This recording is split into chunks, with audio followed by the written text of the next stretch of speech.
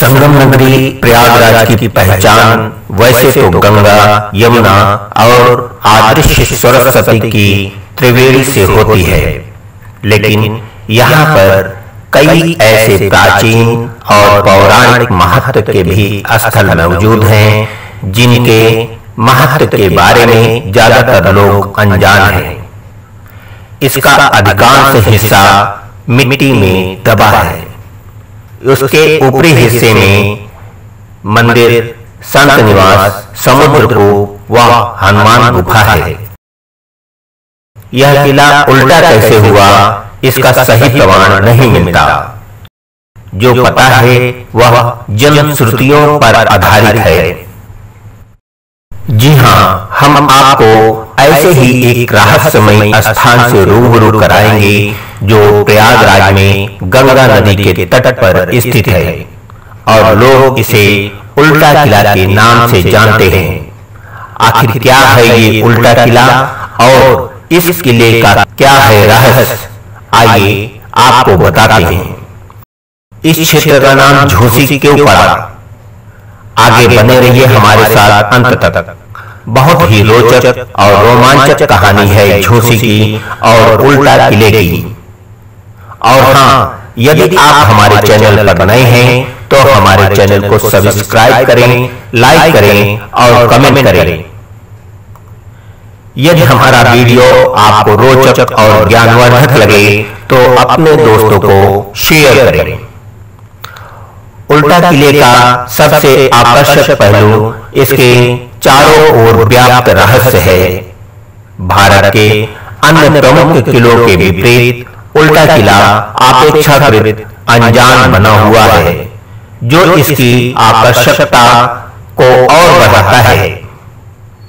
यह एक ऐसा स्थान है जहां इतिहास, प्रकृति और किंवदंतियां मिलती हैं, जिससे एक समृद्ध और सोचने पर मजबूर करने वाला अनुभव प्राप्त होता है।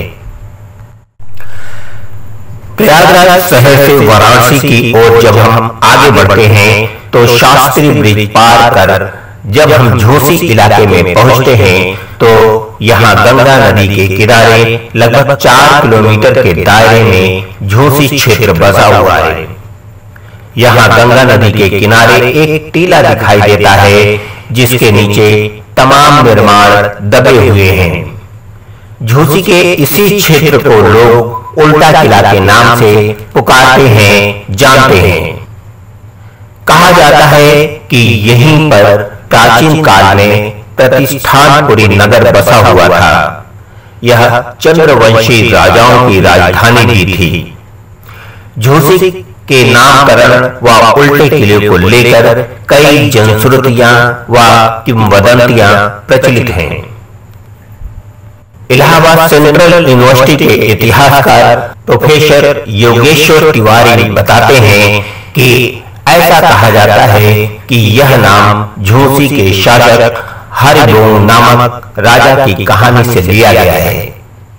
राजा को किसी भी पुण्य से रहित पुरुष माना जाता था और उसके फैसले से हमेशा उसके शहर के लोगों को नुकसान होता था। कहा जाता है कि एक दिन उसने संत को खाने के लिए कुछ गलत चीजें दे दी। संत गुस्सा हो गए और संत ने उसे श्राप दिया कि एक सितारा उसके किले पर गिरेगा और किला उल्टा कर देगा। ऐसी मान्यता है कि मिर्रेख सितारा इस किले पर गिर पड़ा और तब से किला उल्टा हो गया। कहते हैं कि झोसी पर मूर्ख राजा हरिबोम का शासन था, जिसकी मूर्खता की तमाम कहानियां प्रचलित हैं। अंधेरी नगरी और चौपट राजा, टकाशेर आलू टकाशेर खाजा की कहावत हरिबोम के राजा से ही जुड़ी हुई है। प्रोफेसर योगेश्वर तिवारी कहते हैं कि दूसरी किंवदंती के मुताबिक एक बार गुरु गोरखनाथ और मत्स्येंद्रनाथ संगम में स्नान करने आए थे। राजा हरिबोम ने उनको सम्मान नहीं दिया। अपने अपमान से नाराज होकर दोनों ही संत ने राजा को शाप दे दिया। बताते हैं कि शाप के प्रभाव के चलते राजा हरिगोम की राजधानी पर वज्रपात हुआ और पूरी नगरी झुलस गई और उसका किला उल्टा हो गया, जिसे कालांतर में झूसी कहा जाने लगा। इसका उल्लेख आपको पद्म पुराण में, मत्स्य पुराण में, भागवत में मिलेगा। तो राजा पुरुवा की राजधानी हुआ करती है। यहाँ का प्राचीन नाम अभी भी कई जगह जैसे देखने को मिलता है प्रतिष्ठान। जी। तो राजा पुरुवा की राजधानी थी और यहाँ का प्राचीन नाम प्रतिष्ठान था। यहाँ कोई लोग बताते हैं कि इसको उल्टा किला के नाम से भी जाना जाता है। जी। उल्टा किला के लिए ये कहानी है कि दुर्वासा ऋषि के श्राप के कारण एक बार ये उलट पुलट गया था।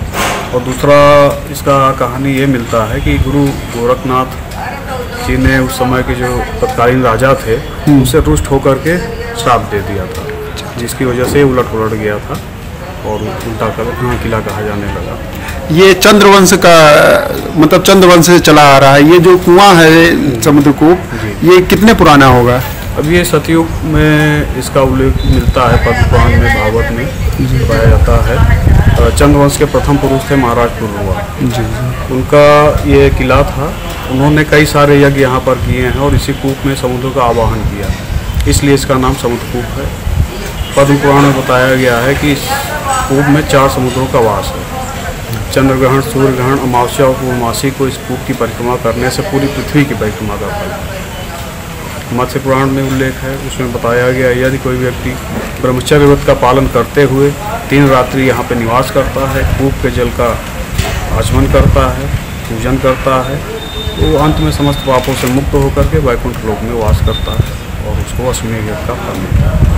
उल्टा किला में पुरातत्व सर्वेक्षण विभाग द्वारा इस कथा को लेकर एक बोर्ड भी लगाया गया है। उल्टा किले के अंदर एक ऐतिहासिक और पवित्र समुद्रकूप भी मौजूद है, जिसकी अपनी ही कहानी है। इतिहासकार प्रोफेसर योगेश्वर तिवारी बताते हैं कि इस कूप का निर्माण गुप्त वंश के शासक समुद्रगुप्त ने कराया था। बाद में ब्रिटिश हुकूमत में लॉर्ड कर्जन ने इसका जीर्णोद्धार कराया था। इसमें लगे गार्डन में मेड इन इंग्लैंड दर्ज है। इस कूप की बनावट भी सीधी नहीं है, बल्कि इसकी बनावट स्पाइरल यानी घुमावदार है। अगर आप सिक्का डालेंगे तो सिक्का सीधे नहीं बल्कि समुद्रकूप की दीवारों से टकराते हुए नीचे गिरता है। ऐसी मान्यता है कि गंगा और यमुना के तट पर स्थित इस समुद्रकूप के जल में औषधीय गुण मौजूद हैं। इसके पानी से क्षय रोग भी ठीक हो जाया करता था। यहाँ पर क्षय रोगी दूर दूर से आकर प्रवास करते थे और स्वस्थ होने के बाद यहाँ से घर लौटते थे। वास्तव में उज्जैन, मथुरा, प्रयागराज, वाराणसी और पाटलिपुत्र या पटना में 5 ऐसे कुएं पाए जाते हैं। किंवदंती के अनुसार यह कूप इतना रहस्यमय था कि इसका पानी कभी समाप्त नहीं होता था और यह किले के निवासियों को हर परिस्थिति में पानी की आपूर्ति किया करता था। हालांकि समय के साथ इस कूप का जल स्तर घटने लगा और अब यह केवल किले की एक पुरानी यादगार बनकर रह गया। उल्टा किला 2 भागों में बटा हुआ है। उल्टा किले के दूसरे भाग में श्री हनुमान गुफा मौजूद है। गुफा के अंदर हनुमान जी की प्रतिमा स्थित है। 27 सीढ़ियों से नीचे उतरकर गुफा में हनुमान जी के दर्शन होते हैं। सीढ़ियां इतनी सक्रिय हैं कि 2 व्यक्ति एक साथ अंदर नहीं जा सकते, लेकिन अंदर जाने पर हनुमान जी की प्रतिमा के दर्शन होते हैं। हालांकि अंदर 2-3 व्यक्तियों के खड़े होने की पर्याप्त जगह मौजूद है। उल्टा किला हनुमान गुफा अंधेर नगरी धमदूसर राजा किला है। इसलिए 25 बीघा आबादी में है। बाबा जी ये बताइए, ये कितना पुराना हनुमान जी हैं?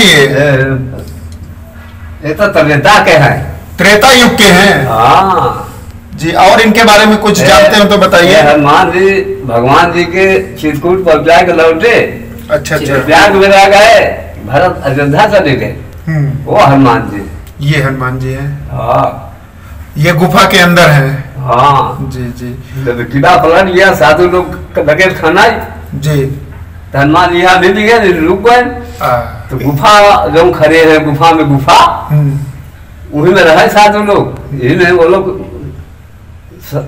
समाप्त हो गए गुफा में, ऊपर नाई बना रहा। ये किला के पलटने का क्या कारण था? किला पलटने का क्या कारण? प्रलय आ गया था। राजा से बाबा जी जो पुजारी रहे ठेरस हो गई, तो राजा कहा कि फांसी कर दो। बाबा जी कहे हमारा फांसी तुम करवाएगा? उठाई की भभूति फूके राजा मर गए, और किला पलट के बाबा जी हेरा गए, नहीं आए। अच्छा, जब से पलटा इसका नाम उल्टा किला भी पड़ गया है। उसी समय से उल्टा किला इसका नाम है। जी जी। विक्रमादित्य के खानदान के ऐसा रहे कि पुजारी रहे, आज 500 वर्ष एक पलटे हो गया। हनुमान गुफा के साथ ही उल्टे किले के अंदर कई अन्य गुफाएं भी मौजूद हैं, जिनमें कभी साधु संत रहकर कठिन तप और साधना करते थे। ये गुफाएं कच्ची दीवारों से बनी हैं। इनमें घुप अंधेरा है।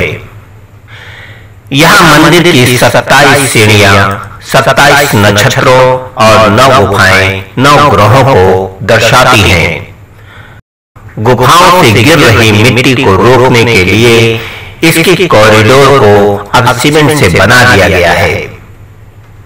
एक अन्य मान्यता के मुताबिक 1359 के आसपास मध्य एशिया से अली मुर्तजा नाम के एक फकीर यहाँ आए थे। गंगा के किनारे की बस्ती में उन्होंने अपना डेरा डाल दिया। 5 वक्त की नमाज पढ़ते और इबादत में लीन रहते थे अली मुर्तजा। लेकिन राजा हरिगोम को यह फकीर फूटी आंखों नहीं सुहाते थे। राजा ने उनको एक बार राज दरबार में भोजन पर आमंत्रित किया और खाने के लिए गलत पकवान दिए, जिस पर फकीर नाराज हुए। उस पकवान को उन्होंने हाथ में लेकर आसमान की ओर उछाल दिया, जो कई टुकड़ों में बंटकर हरिगोम के किले पर जा गिरा और किले को झुलसा दिया। झुलसने से किला खंडहर में तब्दील हो गया। झुलसने के कारण ही इस एरिया का नाम झूसी पड़ा और इस किले को उल्टा किला के नाम से संबोधित किया जाने लगा। यह भी कहा जाता है कि 13वीं 14वीं शताब्दी में विदेशी आक्रांताओं ने इस नगर पर आक्रमण कर इसे जला दिया था, जिसके चलते इसे झूसी कहा जाने लगा और बाद में इसे झूसी कहा जाने लगा।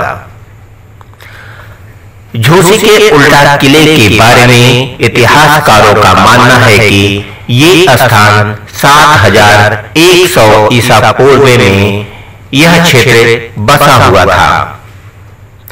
यहाँ पर राजा इला के पुत्रों ने राज्य किया था।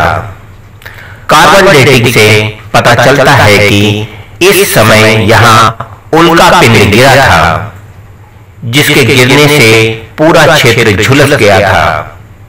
इसलिए यहाँ पर आज भी जले हुए अवशेष मिलते हैं। इसके साथ ही कई मंदिरों के अवशेष भी यहाँ मिलते हैं। ऐसा भी कहा जाता है कि 1359 में यहाँ पर एक बड़ा भूकंप आया था, जिससे भौगोलिक परिवर्तन हुआ और किला उल्टा हो गया। यहाँ पर किले के अलावा भी कई दूसरे अवशेष मौजूद हैं, जिन्हें देखा जा सकता है। इतिहासकार मानते हैं कि इस स्थान को लेकर अभी अध्ययन की बहुत ज्यादा गुंजाइश है और इसको दर्शनीय स्थल के रूप में भी विकसित किला जा सकता है। इसे अगर पर्यटकों के लिए खोला जाए और यूपी पर्यटन के टूरिस्ट मैप पर लाया जाए तो उल्टा किले के रहस्य और रोमांच को जानने के लिए बड़ी संख्या में लोग यहाँ पहुँच सकते हैं। तो आप जब भी कभी संगम नगरी प्रयागराज आएं तो इस उल्टे किले को देखना कभी मत भूलिएगा। प्रयागराज के प्रतिष्ठानपुरी झूसी गंगा तट पर स्थित उल्टा किला आज भी शोध के लिए विभाग की बाट जोड़ रहा है। कई साल पहले पुरातत्व विभाग के लोगों ने करीब माह भर तक यहाँ डेरा डालकर खनन कार्य किया था। यहाँ से सदियों पहले के सिक्के व मिट्टी के बर्तन के अवशेष पुरातत्व विभाग के लोग अपने साथ ले गए थे। हालांकि उसका परिणाम आज तक सामने नहीं आया। लोगों में इसका इतिहास जानने के लिए कौतूहल बना रहता है। इसके भीतरी हिस्से में समुद्रकूप है जिसका उल्लेख मत्स्य पुराण में भी मिलता है।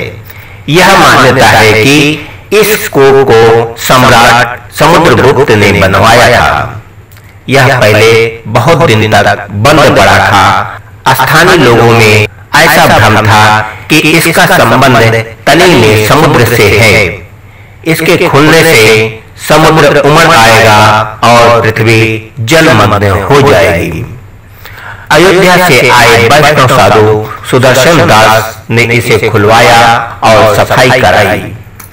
सुंदर आश्रम और मंदिर बनवाए। इसे पर्यटन विभाग ने वित्तीय वर्ष 2007-08 में पर्यटन स्थल बनाने की पहल की थी। 5.26 करोड़ का प्रस्ताव भी भेजा था, लेकिन कुछ नहीं हुआ। पुराणों के अनुसार यह किला सतयुग के समय का है और यह किला चंद्रमा वंश के राजा पूर्ववा की राजधानी थी। तब इसका नाम प्रतिष्ठानपुर हुआ करता था। उस समय राजा ने एक अश्वमेध यज्ञ किया था और उसमें समुद्र देवता का भी आवाहन किया था। समुद्र देवता के प्रकट होने के बाद उनके निवास के लिए इस किले में समुद्रकूप का निर्माण कराया गया था। किले के बीच में समुद्रकूप आज भी है और ऐसी मान्यता है कि जमीन के नीचे समुद्र से जुड़ा हुआ है। हालांकि समय ने उल्टा किले पर अपना असर डाला है, फिर भी खंडहर में मुगल वास्तुकला की जटिलता देखी जा सकती है। आगंतुक किले के बचे हुए हिस्सों का अन्वेषण कर सकते हैं, जिसमें प्राचीन दीवारें, द्वार और आंशिक रूप से ध्वस्त संरचनाएं शामिल हैं, जो इसके पूर्व वैभव की झलक देते हैं। किले की ऊंचाई से गंगा नदी और आसपास के परिदृश्य का मनमोहक दृश्य दिखाई देता है, जो आगंतुकों के लिए एक शांतिपूर्ण और सुंदर पृष्ठभूमि प्रदान करता है। किला धीरे धीरे स्थानीय और अंतर्राष्ट्रीय पर्यटकों के बीच लोकप्रिय हो रहा है और यह प्रयागराज के पर्यटन स्थल के रूप में भी उभर रहा है। इसके पीछे की कहानियां और पुरातात्विक खोजें इसे एक महत्वपूर्ण ऐतिहासिक स्थल बनाती हैं, जिसे संरक्षित और प्रचारित किया जाना चाहिए। इस प्रकार किला का न केवल ऐतिहासिक बल्कि सांस्कृतिक और पुरातात्विक महत्व भी है। इसकी रहस्यमय कहानियां और पुरातात्विक खोजें इसे एक अनूठा पर्यटन स्थल बनाती हैं, जो पर्यटकों को अतीत के एक समृद्ध और रोचक काल में ले जाती है। उत्खनन के दौरान किले के अंदर और उसके आसपास कई प्राचीन सिक्के पाए गए हैं, जो मुगल काल के हैं। ये सिक्के इस बात का प्रमाण हैं कि किला उस समय एक व्यापारिक और सैन्य केंद्र था। किले के भीतर से मिट्टी के बर्तन, टूटे हुए मूर्तियों के टुकड़े और अन्य घरेलू वस्तुएं भी मिली हैं। ये वस्तुएं किले में रह रहे लोगों की जीवन शैली और उनके धार्मिक आस्थाओं को दर्शाती हैं। इन पुरातात्विक खोजों को प्रयागराज के संग्रहालय में संरक्षित किया गया है, जहां पर्यटक इन्हें देख सकते हैं। इसके अलावा कुछ अवशेष भारतीय पुरातत्व सर्वेक्षण के मुख्यालय में भी रखे गए हैं, जहां इन्हें विशेष प्रदर्शनी के रूप में प्रस्तुत किया गया है। प्रतिष्ठानपुर या प्रतिष्ठानपुरम चंद्रवंशी या सोमवंशी की राजधानी थी, जो वर्तमान में झूसी प्रयागराज में स्थित है। इस पुरातात्विक स्थल से इसके नवपाषाण काल के लिए 7100 ईसा पूर्व की कार्बन 14 तिथि प्राप्त हुई। आश्चर्य की बात यह है कि इन ऊंचे टीलों ने शहर के महत्व को और बढ़ा दिया है, क्योंकि यहाँ से प्राप्त वस्तुएं 6ठी शताब्दी ईसा पूर्व की हैं और यहाँ ताम्रपाषाण काल से लेकर प्रारंभिक मध्यकाल तक के ऐसे 5 सांस्कृतिक चरणों से संबंधित पुरावशेष मिले हैं। इस भंडार की प्रारंभिक परत से लोहे की वस्तुएं प्राप्त हुई हैं। कुछ मिट्टी के बर्तन और पुरावशेष उत्तर प्रदेश, बिहार और उत्तरी विंध्य के विभिन्न ताम्रपाषाण स्थलों पर पाए गए बर्तनों और पुरावशेषों के समान है। तो दोस्तों, ये थी उल्टा किले की कहानी, जो झूसी में स्थित है। हमारे द्वारा दी गई जानकारी उल्टे किले और झूसी के बारे में आपको कैसी लगी, कमेंट जरूर करिए। यदि आप हमारे चैनल पर नए हैं तो हमारे चैनल को सब्सक्राइब करिए, लाइक करिए और शेयर करिए। आज की कहानी यही समाप्त करते हैं, तो अपने साथी पन्नालाल प्रजापति को इजाजत दीजिए। अगली बार किसी और रहस्य रोचक और धार्मिक स्थल पर फिर मुलाकात होगी।